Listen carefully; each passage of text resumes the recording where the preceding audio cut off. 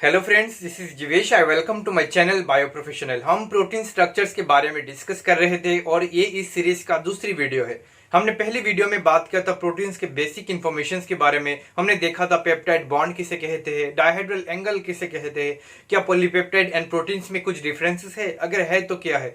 हमने primary structures के भी बारे में डिस्कस किया था। तो अगर मेरी इस वीडियो आप पहली बार देख रहे हैं, मैं आपको यही रिकमेंड करता हूँ कि पहले मेरे उस वीडियो को जाके देखें, उसके बाद इस वीडियो में आए, क्योंकि बहुत सारा इन्फॉर्मेशन जो है वो रिलेटेड होता है। अगर आप समझते हुए इन सारी चीजों को सिक्वेंशियल वे में जाएंगे तो आपको समझने में भी आसानी होगी और आप लंबी समय तक इन सारी चीजों को याद रख पाएंगे और आपका कॉन्फिडेंस लेवल भी बहुत हाई हो जाएगा और आपका एग्जाम तो बहुत अच्छा होने वाला है।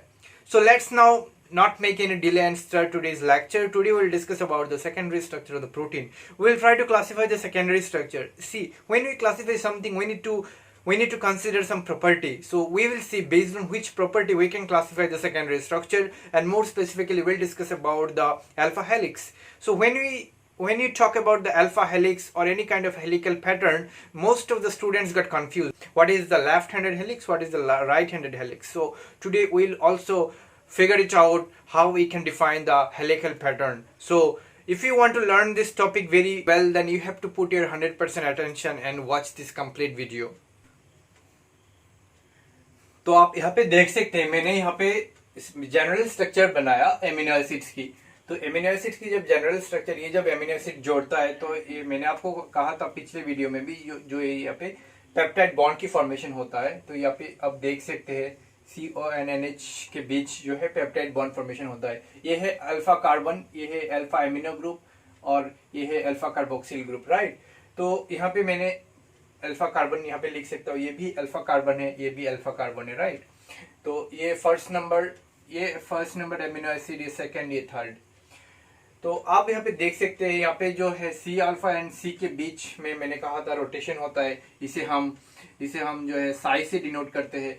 C और N के बीच में जो रेस्ट्रिक्टेड रोटेशन होता है इसे हम ओमेगा से डिनोट करते हैं। मैंने कहा था 0 डिग्री और 180 डिग्री हो सकता है। और ये जो N और C अल्फा के बीच में जो रोटेशन होता है तो इसे हम फाई से डिनोट करते हैं।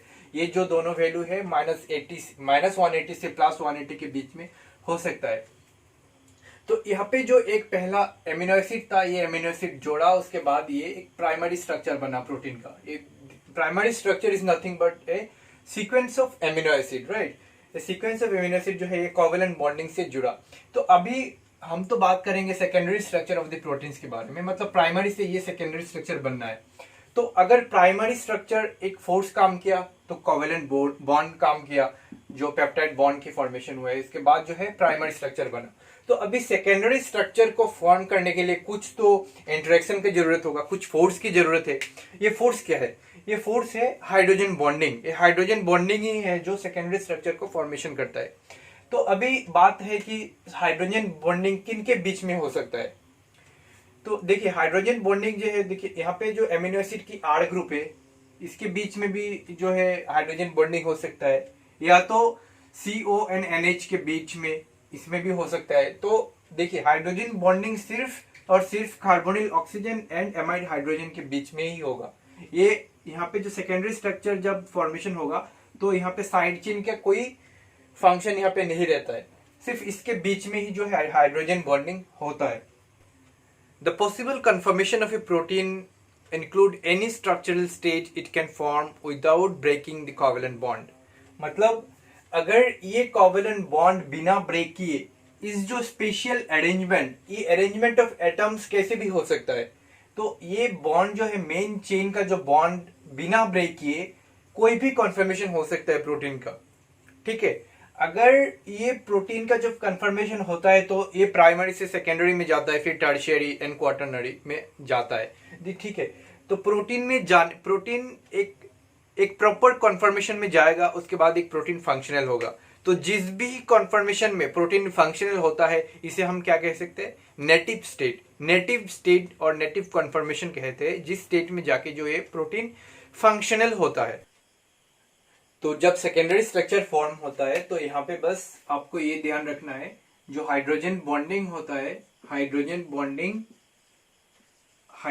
Bonding occurs between carbonyl oxygen carbonyl oxygen and amide hydrogen.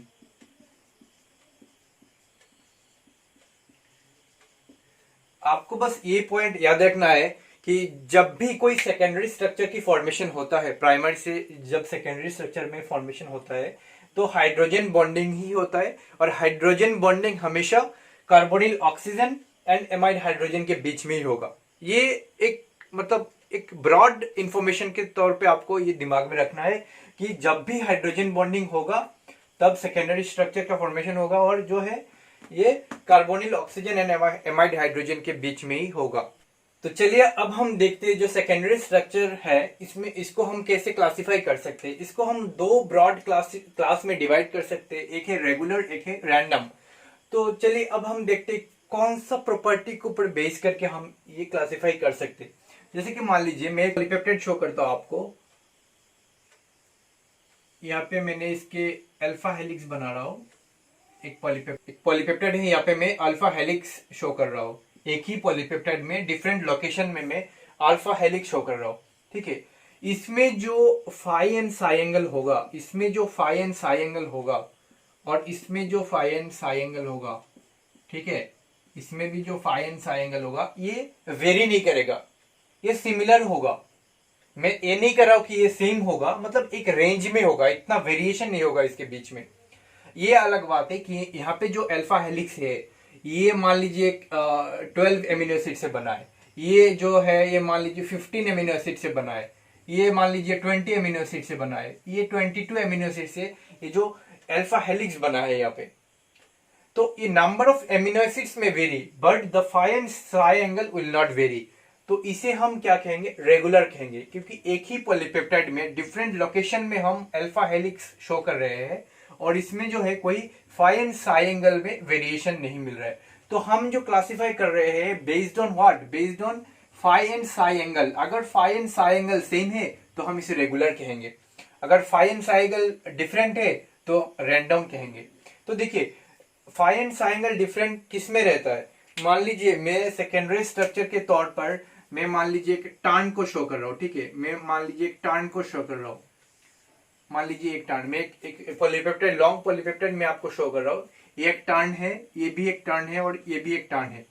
तो इसका जो फाई एंड साई एंगल है और इसका जो फाई एंड साई एंगल है ये मैच नहीं होगा, इसमें बहुत ज्यादा वेरिएशन आएगा, और इसमें भी है जो, इसमें भी जो है बहुत ज्यादा वेरिएशन होगा। तो अगर कोई भी सेकेंडरी स्ट्रक्चर में phi and psi angle same नहीं रहता है तो इस किस कैटेगरी में रखेंगे, इसको हम रैंडम में रखेंगे। So based on phi and psi angle we classify secondary structure under two broad categories, regular and random. तो रेगुलर स्ट्रक्चर में हम दो कैटेगरी को रख सकते हैं, एक तो है हेलिकल पैटर्न और एक है प्लेटेड, ठीक है। और प्लेटेड को ही हम क्या कहते हैं, बीटा प्लेटेड कहते हैं। तो ठीक है, तो हेलिकल में क्या सिर्फ अल्फा हेलिक्स ही है या और भी कुछ है? तो देखिए हेलिकल में भी अलग अलग इसका फॉर्म है। हेलिकल में मतलब ये जो है हम क्लासिफाई कर रहे हैं डिफरेंट फॉर्म को based on the number of amino acid present in one helical turn.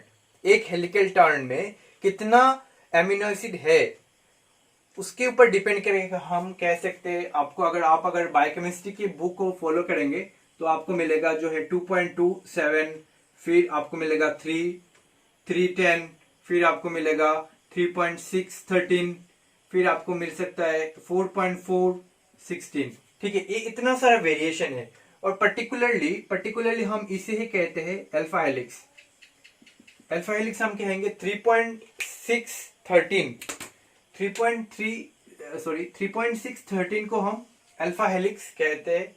और इसके बारे में पहले जो है लिनस पॉलिंग ने जो है पहले रिपोर्ट किया था इसके बारे में, और इसी को ही हम ज्यादातर प्रोटीन में यही स्ट्रक्चर जो है कॉमन मिलता है और हम इसके बारे में पढ़ते हैं।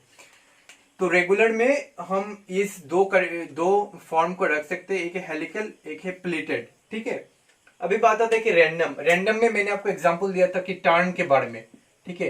टर्न जो है रैंडम है और इसमें इसको ही हम कहते हैं, रैंडम को ही हम कहते हैं random coil, right. Random coil और सिंपली हम इसे ही कहते हैं कॉइल, और इसका एग्जांपल है टर्न। ठीक है, टर्न ही जो है, अगर नंबर ऑफ एमिनो एसिड एक टर्न में ज्यादा है तो इसे ही हम क्या कहते हैं, लूप कहते हैं। नंबर ऑफ एमिनो एसिड अगर एक टर्न में ज्यादा है, मैंने आपको ऐसे शो किया था, एक टर्न, टर्न इसे कहते हैं। ठीक है, अगर ये नंबर ऑफ एमिनो एसिड इसमें ज्यादा है तो इसे हम लूप कहते हैं, और अगर कम है तो इसे हम टर्न कहते हैं। तो चलिए अब हम डिस्कस करते हैं कि हम कैसे एक हेलिक्स को right handed and left handed में डिफाइन कर सकते हैं। मतलब एक देखने के बाद ही हमें पता चल जाएगा कि अच्छा ये लेफ्ट हैंडेड है या राइट हैंडेड है।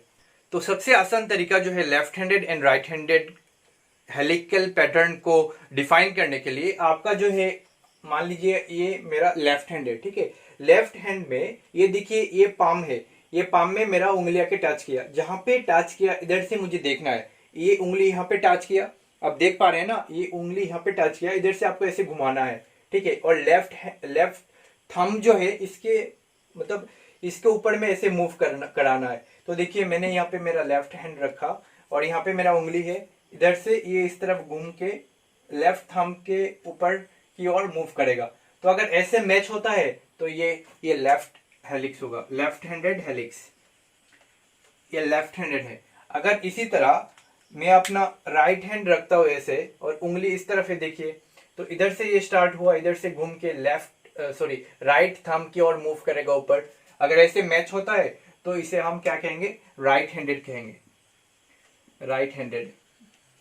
तो मैंने आपको कहा था कि नंबर ऑफ एमिनो एसिड के ऊपर डिपेंड करके, मतलब एक हेलिकल टर्न में नंबर ऑफ एमिनो एसिड के ऊपर डिपेंड करके हमने जो है हेलिकल पैटर्न को जो है डिफरेंट फॉर्म में क्लासिफाई किया था। 2.27, 3.10, 3.010, फिर 3.613। तो चलिए हम अभी देखते हैं हेलिकल टर्न को, देखते हैं वन हेलिकल टर्न। मान लीजिए मैं ऐसे शो करता हूँ और मान लीजिए एक इमेजिनरी एक्सिस है, देखिए ये इधर से स्टार्ट हुआ, यहाँ पे जाके खत्म हुआ, तो इसे हम क्या क्या कहेंगे, वन हेलिकल टर्न। तो शायद आप अभी इतना इसको देख के समझ पे नहीं आ रहा होगा। देखिए मैं अगर एक ट्यूब लेता हूँ, ठीक है, एक ट्यूब मैंने लिया और इसमें मैंने क्या किया, देखिए मैंने यहाँ पे एक ट्यूब लिया, ठीक है, आप देख पा रहे हैं ना, मैंने एक ट्यूब लिया और इस हाथ में एक वायर लिया, यहाँ से स्टार्ट हुआ, इधर से जाके घूम के पीछे से जाके फिर यहाँ पे आया, तो एक हेलिकल टर्न हुआ, इधर से स्टार्ट हुआ और यहाँ पे जाके खत्म हुआ। तो देखिए मैं तो ये 2D है, मैं दिखा नहीं पाऊंगा आपको अच्छे से, ये ऊपर से स्टार्ट हुआ, फिर ये नीचे से गया, बैक साइड से जाके फिर ऊपर उठा, तो इसको हम एक हेलिकल टर्न कहेंगे। अगर मैं आपको इसको खोल के दिखाता हूं तो देखिए,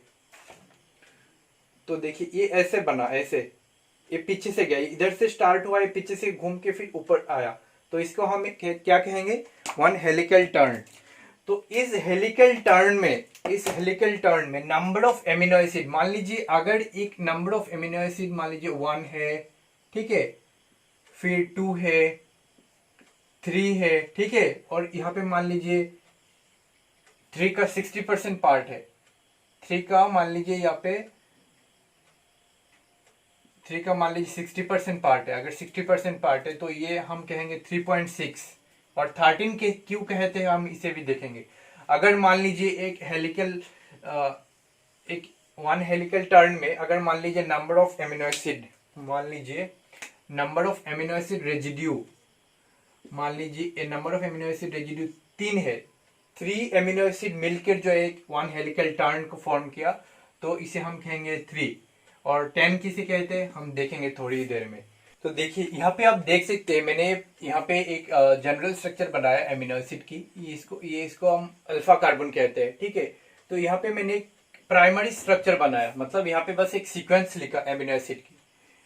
तो मैंने आपको कहा था जब सेकेंडरी स्ट्रक्चर का फॉर्मेशन होता है तो कार्बोनिल ऑक्सीजन और एमाइड हाइड्रोजन के बीच में हाइड्रोजन बॉन्डिंग होता है। तो हमें अभी देखना है कि हाइड्रोजन बॉन्डिंग जो किन के बीच में होता है। देखिए यहाँ पे मान लीजिए मैंने एक नंबरिंग कर देता हूँ, यहाँ पे 1 2 3 4 5 6, ठीक है। तो जब सेकेंडरी स्ट्रक्चर में जब हाइड्रोजन बॉन्डिंग होता है ना, तो ये पहला कार्बन का जो कार्बोनिल ऑक्सीजन है और 5th नंबर एमिनो एसिड की जो एमाइड हाइड्रोजन है इसके बीच में हाइड्रोजन बॉन्डिंग होता है। देखिए ये पहला नंबर एमिनो एसिड की जो कार्बोनिल ऑक्सीजन है और फिफ्थ नंबर एमिनो एसिड की जो एमाइड हाइड्रोजन है इसके बीच में होता है। तो अगर मान लीजिए मैं अगर 1 को n से डिनोट करता हूँ, 2 को मान लीजिए n+1, 3 को n+2, 4 को n+3 और 5 को मैं अगर n+4 से डिनोट करता हूँ, क्योंकि अगर आप बायोकेमिस्ट्री की बुक को कंसल्ट करेंगे तो आपको ऐसे ही मिलेगा, n से डिनोट करते हैं, n+1 ऐसे, n+2, 3, 4 ऐसे करते हैं। तो अगर मैं देखता हूँ तो n number of amino acid जो n से हमने डिनोट किया और ये हाइड्रोजन बॉन्डिंग किससे कर रहा है, n+4 नंबर में जो एमिनो एसिड है इसके पास जो एमाइड हाइड्रोजन है इसके बीच में हाइड्रोजन बॉन्डिंग हो रहा है।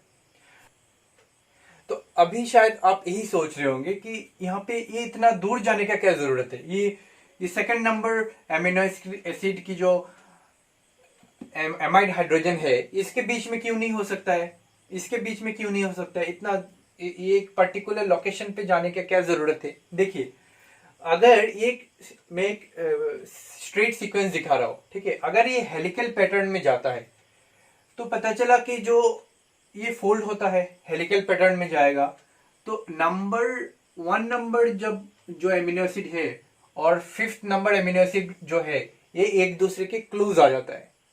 ये क्लोज आने के बाद जो है ये फर्स्ट नंबर एमिनो एसिड की कार्बोनिल ऑक्सीजन के साथ फिफ्थ नंबर एमिनो एसिड की एमाइड हाइड्रोजन के साथ ये क्या करता है, हाइड्रोजन बॉन्डिंग कराता है।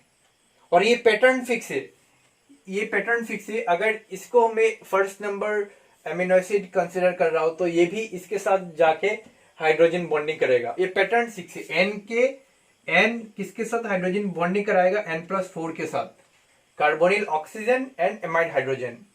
ये आर ग्रुप हम कंसीडर नहीं करेंगे क्योंकि आर ग्रुप में यहाँ पे जो है कोई भी हाइड्रोजन बॉन्डिंग फॉर्मेशन नहीं हो रहा है, सिर्फ और सिर्फ कार्बोनिल ऑक्सीजन और एमाइड हाइड्रोजन के बीच में ही हो रहा है।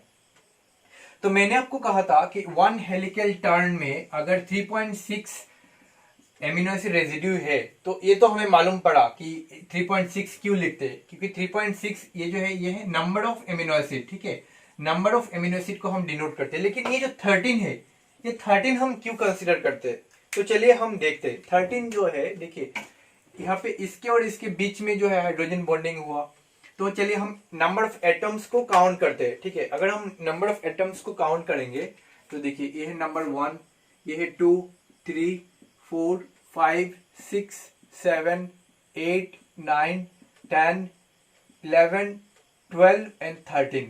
देखिए यहाँ पे 13 नंबर ऑफ एटम्स है जो एक हाइड्रोजन बॉन्डेड लूप में शामिल है। इसे हम क्या कहेंगे, हाइड्रोजन बॉन्डेड लूप ही तो कहेंगे ना, इसको और इसको। तो एक हाइड्रोजन बॉन्डेड लूप में जो है नंबर ऑफ एटम्स कितना प्रेजेंट है, 13, ठीक है। तो आप शायद यही सोच रहे होंगे कि मैंने तो इसको नंबरिंग किया, इसको क्यों नहीं किया। देखिए ये तो हाइड्रोजन बॉन्डेड लूप में शामिल नहीं है ना, ये भी शामिल नहीं है। हम इससे कंसीडर करेंगे और इससे करेंगे और सारा मेन चेन को कंसीडर करेंगे, हम इसको कंसीडर नहीं करेंगे क्योंकि ये हाइड्रोजन बॉन्डेड लूप का पार्ट नहीं है। तो ऐसे ही इसलिए हम जो है 3.6 और 13 को 13 लिखते हैं। मतलब 13 जो है ये नंबर ऑफ एटम्स को डिनोट कर रहा है, नंबर ऑफ एटम्स को डिनोट कर रहा है। तो अगर हम लिखते हैं 2.27, इसका मतलब है 2.2 तो है 1 हेलिकल टर्न में नंबर ऑफ एमिनो एसिड और जो 7 है ये नंबर ऑफ एटम्स है। मान लीजिए हमने लिखा 3 और 10, 3 मतलब क्या है, जो 1 हेलिकल टर्न में नंबर ऑफ एमिनो एसिड है 3 और एटम से 10। ऐसे ही 3.6 नंबर ऑफ एमिनो एसिड 3.6 है और जो एटम है ये 13 है। ऐसे ही हम इसको डिनोट करते हैं। तो चलिए अब हम अल्फा हेलिक्स के बारे में बात करते हैं। अल्फा हेलिक्स यानी कि 3.6, 13 के बारे में हम बात कर रहे हैं। तो मान लीजिए ये एक 1 हेलिकल टर्न है और ये मान लीजिए एक इमेजिनरी एक्सिस है, ठीक है, एक इमेजिनरी एक्सिस है। तो यहाँ पे मैंने कहा है कि नंबर ऑफ एमिनो एसिड जो है ये 3.6 है। मान लीजिए 1, 2, 3 और इसका जो थर्ड एमिनो एसिड का जो है 60% पार्ट इसमें शामिल है। तो अब बात आता है इसका जो एक्सियल हाइट है, ये कितना है। मतलब एक हेलिकल टर्न में कितना ऊपर जा रहा है, मतलब इसका एक्सियल हाइट कितना है। तो देखिए जब हम एक नॉर्मल एमिनो एसिड की सीक्वेंस के बारे में बात करते हैं तब हम लेंथ के बारे में बात करते हैं, और जब हम हेलिक्स के बारे में बात करते हैं तब हम एक्सियल हाइट के बारे में बात करते हैं। तो एक्सियल हाइट जो है one helical turn in alpha helix ये है 5.4 एंगस्ट्रम। तो एंगस्ट्रम क्या है, angstrom is nothing but one angstrom is equal to 0.1 nanometer. तो देखिए एंगस्ट्रॉम जो है ना ये एटॉमिक डिस्टेंस को कैलकुलेट करता है। एटॉमिक डिस्टेंस ये टिपिकली जो है कार्बन और हाइड्रोजन के बीच में जो डिस्टेंस है उसको ही कैलकुलेट करता है। वन मतलब टिपिकल कार्बन और हाइड्रोजन के बीच में जो डिस्टेंस है इस बॉन्ड का उसे डिनोट करता है और इसे 1 एंगस्ट्रॉम कहते हैं। ठीक है, तो 1 angstrom is equal to 0.1 nanometer. तो इसका जो एक्सियल हाइट है ये 5.4 एंगस्ट्रॉम है, और बिटवीन टू एमिनो एसिड का जो डिस्टेंस है ये है आपका 1.5 एंगस्ट्रम। ठीक है, और इसको अगर हम नैनोमीटर में लिखें तो ये हो जाएगा 0.54 नैनोमीटर, और इसको हम अगर नैनोमीटर में कंसीडर करें तो ये हो जाएगा 0.15 नैनोमीटर। तो आपको जो ये वैल्यू याद रखना है, क्योंकि मोस्ट ऑफ द टाइम जो अल्फा हेलिक्स जो पाया जाता है, मोस्ट ऑफ द टाइम जो हेलिकल पैटर्न प्रोटीन्स में पाया जाता है ये है अल्फा हेलिक्स। अल्फा हेलिक्स ही पाया जाता है। तो जब हम सेकेंडरी स्ट्रक्चर्स की जब बात करते हैं तब हम हाइड्रोजन बॉन्डिंग के बारे में बात करते हैं। जब हाइड्रोजन बॉन्डिंग के बारे में बात करते हैं तो हमको दो वर्ड मालूम करना पड़ेगा, एक है इंट्राचेन और एक है इंटरचेन। ठीक है, इंटरचेन। तो मैंने आपको कहा था, मान लीजिए एक पॉलीपेप्टाइड है और इसमें अल्फा हेलिक्स है। ठीक है, मान लीजिए 3 डिफरेंट लोकेशन पे अल्फा हेलिक्स है। तो अल्फा हेलिक्स में जो है इसमें कार्बोनिल ऑक्सीजन और एमाइड हाइड्रोजन है इस अल्फा हेलिक्स में। ठीक है, इस अल्फा हेलिक्स में कार्बोनिल ऑक्सीजन और एमाइड हाइड्रोजन ही तो हाइड्रोजन बॉन्डिंग करा रहा है, उसके बाद ये स्ट्रक्चर का फॉर्मेशन हो रहा है। यहाँ पे भी सेम हो रहा है, यहाँ पे भी सेम हो रहा है। तो देखिए जो अल्फा हेलिक्स एक पॉलीपेप्टाइड में है इसमें जो इंट्राचेन हाइड्रोजन बॉन्डिंग होता है, इंट्राचेन, यानी कि एक अल्फा हेलिक्स में यहाँ पे जो अल्फा हेलिक्स है यहाँ पे ही हाइड्रोजन बॉन्डिंग होगा। ऐसा नहीं है कि यहाँ पे कार्बोनिल ऑक्सीजन है और यहाँ पे जो है एमाइड हाइड्रोजन के साथ हाइड्रोजन बॉन्डिंग हो जाएगा, ऐसा नहीं है। यहाँ पे मान लीजिए कार्बोनिल ऑक्सीजन है, यहाँ पे एमाइड हाइड्रोजन है, इसके बीच में हाइड्रोजन बॉन्डिंग हो जाएगा, ऐसा नहीं है, ऐसा नहीं होगा। अगर हाइड्रोजन बॉन्डिंग होगा तो सिर्फ यहाँ इसके अंदर में जो कार्बोनिल ऑक्सीजन और एमाइड हाइड्रोजन है इसके बीच होगा। इसके अंदर जो है कार्बोनिल ऑक्सीजन और एमाइड हाइड्रोजन जितना भी है इसके सारे के सारे जो है हाइड्रोजन बॉन्डेड से बाउंडेड होगा, और इसमें भी है सेम है। तो बात अल्टीमेटली यही बनता है कि जब अल्फा हेलिक्स में जब हाइड्रोजन बॉन्डिंग होता है तो ये हाइड्रोजन बॉन्डिंग का नेचर जो है इंट्राचेन हाइड्रोजन बॉन्डिंग है। और वन हेलिक्स में अगर देखें, वन हेलिकल पैटर्न में एक इमेजिनरी एक्सिस है। ठीक है, जितना भी हाइड्रोजन बॉन्डिंग होता है ना ये पैरेलल टू एक्सिस है, पैरेलल टू एक्सिस। ठीक है, ये परपेंडिकुलर नहीं है। जितना भी एटम्स है यहाँ पे मान लीजिए कार्बोनिल ऑक्सीजन है और यहाँ पे एमाइड हाइड्रोजन, तो ये ऐसे बॉन्डेड होगा, hydrogen bonding parallel to the axis. ठीक है, ये आपको इन्फॉर्मेशन जो है आपको याद रखना पड़ेगा।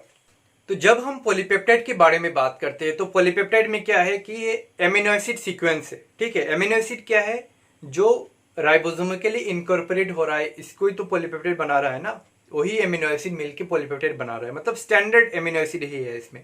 तो देखिए जितना भी out of 22 standard amino acid, हमारे पास 22 स्टैंडर्ड एमिनो एसिड है, जितना भी एमिनो एसिड है स्टैंडर्ड एमिनो एसिड, सारे के सारे क्या मतलब अल्फा हेलिक्स बना सकता है? आपका मन में तो क्वेश्चन आ रहा होगा ना कि अल्फा हेलिक्स में जितना भी अमीनो एसिड है कि सारा 22 में 22 ही हो सकता है? नहीं, ऐसा नहीं है। अलग अलग एमिनो एसिड की खुद की प्रोपेंसिटी होता है कि वो मतलब ये कितना प्रोपेंसिटी से जो है अल्फा हेलिकल पैटर्न में रह सकता है। जैसे कि मान लीजिए मैं अगर एक एग्जांपल लूं प्रोलिन के बारे में, प्रोलिन, तो प्रोलिन जो है ये अल्फा हेलिक्स में नहीं रहता है, ये अल्फा हेलिक्स को स्टेबलाइज नहीं करता है। तो एमिनो एसिड अल्फा हेलिक्स को स्टेबलाइज करता है कि नहीं करता है, इसके ऊपर डिपेंड करके दो टर्म हम लोग को जानना पड़ेगा, दो टर्म हमें जानना पड़ेगा।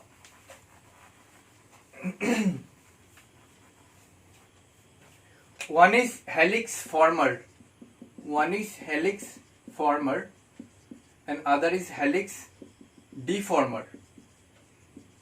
हेलिक्स डिफॉर्मर, ठीक है। हेलिक्स फॉर्मर यानी कि जो एमिनो एसिड हेलिक्स फॉर्म होने में मदद करता है, ठीक है। जैसे कि मान लीजिए मैं अगर एग्जांपल लूं एलानिन, एलानिन जो है ये सबसे ज्यादा टेंडेंसी है वो अल्फा हेलिकल पैटर्न को फॉर्म करने के लिए। एलानिन कंसिडर करूं मैं, अगर आर्जिनिन करूं, मिथियोनिन, लाइसिन, और भी एग्जाम्पल है। मैंने एक इन चारों को एज ए एग्जाम्पल के तौर पे यहाँ पे मैंने शो किया। तो अगर एमिनो एसिड हेलिक्स को फॉर्म करने में मदद कर रहा है तो इसे हम हेलिक्स फॉर्मर कहेंगे। मदद यानी कि ये हेलिक्स को स्टेबिलाईज करता है, ये हेलिक्स को स्टेबिलाईज करता है, स्टेबिलिटी प्रोवाइड करता है। और हेलिक्स डिफॉर्मर कौन सा है? जो हेलिक्स को डिस्टेबिलाईज करता है। ये क्या करता है? हेलिक्स को डिस्टेबिलाईज करता है। तो इसका एग्जाम्पल क्या है? इसका एग्जाम्पल मान लीजिए हम प्रोलिन को देखें। प्रोलिन में क्या है? देखिए प्रोलिन जो है इसमें क्या है? इम्यूनो ग्रुप है, ठीक है। प्रोलिन में क्या है? NH ग्रुप है, और जितना भी अदर एमिनो एसिड है यहाँ पे सारा जो है NH2 ग्रुप है। इसको हम एमिनो ग्रुप कहते हैं और इसको हम इम्यूनो ग्रुप कहते हैं, ठीक है। ये प्राइमरी एमिन, ये सेकेंडरी एमिन। अब अगर एमिनो एसिड की लेक्चर को देखेंगे तो आपको मालूम पड़ेगा। तो ठीक है, जब ये इम्यूनो ग्रुप जो है NH ग्रुप पेप्टाइड बॉन्ड की फॉर्मेशन करता है तो ये हाइड्रोजन चला जाता है और ये नाइट्रोजन सिर्फ रहता है, ठीक है। और ये जो नाइट्रोजन है ना, ये साइड चेन के रिंग के साथ जो है ये कोवेलेंटली बॉन्डेड रहता है। तो मतलब ये इम्यूनो ग्रुप रिंग के साथ अटैच रहता है। और दूसरा बात है कि इसके पास कोई भी हाइड्रोजन नहीं है जो ये हाइड्रोजन बॉन्डिंग करे। तो देखिए अल्फा हेलिक्स जो है यहाँ पे हाइड्रोजन बॉन्डिंग ही तो है जो अल्फा हेलिक्स को स्टेबिलिटी दे रहा है। तो प्रोलिन में क्या है कि इसमें हाइड्रोजन ही नहीं है जो हाइड्रोजन बॉन्डिंग कराने के लिए, तो ये जो हेलिक्स को डिस्टेबिलाईज करता है। तो ये एग्जांपल किसका हुआ? हेलिक्स डिफॉर्मर। मतलब ये हेलिक्स को स्टेबिलाईज नहीं करता है बल्कि डिस्टेबिलाईज करता है। और भी एग्जांपल है, जैसे कि मान लीजिए ग्लाइसिन। देखिए मैंने आपको कहा है जो अल्फा हेलिक्स है ना ये फ्लेक्सिबल स्ट्रक्चर है, और जो मैंने आपको कहा है जो N है, प्रोलिन का केस बता रहा हूं, जो N है ये इसका रिंग के साथ वो कोवेलेंटली बॉन्डेड है, तो ये स्ट्रक्चर जो है रिजिड बन जाता है। इसके वजह से भी ये प्रोलिन आपको अल्फा हेलिक्स में देखने नहीं मिलेगा। और ये बात है कि ग्लाइसिन तो है ज्यादा फ्लेक्सिबिलिटी शो करता है। कोई भी एमिनो एसिड अगर ज्यादा रिजिड है, ज्यादा फ्लेक्सिबल है, तो ये जो है अल्फा हेलिक्स में प्रेजेंट नहीं रह सकता है। मतलब ये अल्फा हेलिक्स को डिस्टेबिलाईज कर देगा। जो ग्लाइसिन है ना, अगर मान लीजिए एक लंबा स्ट्रेच है ग्लाइसिन की, तो ये एक दूसरा ही हेलिकल पैटर्न शो करेगा। ये अल्फा हेलिक्स जो है पैटर्न शो नहीं करेगा। तो आपको अभी समझ में आ गया होगा कि हेलिक्स फॉर्मर और हेलिक्स डिफॉर्मर किसे कहते हैं। ये दो मैंने एग्जांपल लिखा, और भी है। अगर आप बायोकेमिस्ट्री की बुक को कंसीडर करेंगे तो आपको पूरा लिस्ट मिल जाएगा कि कौन सा किसका कितना परसेंटेज है अल्फा हेलिक्स में रहने की, आपको सारा मिल जाएगा। तो आज के लेक्चर में बस इतना ही। हम अगले लेक्चर में बात करेंगे बीटा प्लेटेड स्ट्रक्चर्स के बारे में। हम देखेंगे एक बीटा प्लेटेड स्ट्रक्चर में कितना जो है number of beta strand present रहता है। हम टर्शियरी एंड क्वार्टरनरी स्ट्रक्चर्स के भी बारे में डिटेल्स में बात करेंगे, और हम ट्राई करेंगे कि नेक्स्ट लेक्चर में सारा कुछ कवर हो जाए। So finally, I want to say that if you like my way of teaching, my way of explanation, then please do subscribe my channel. Help me by subscribing my channel. Share this video with your friends so that they also get to know in details everything in a simpler way. And they also find interesting in studying life sciences. Thank you for watching this video.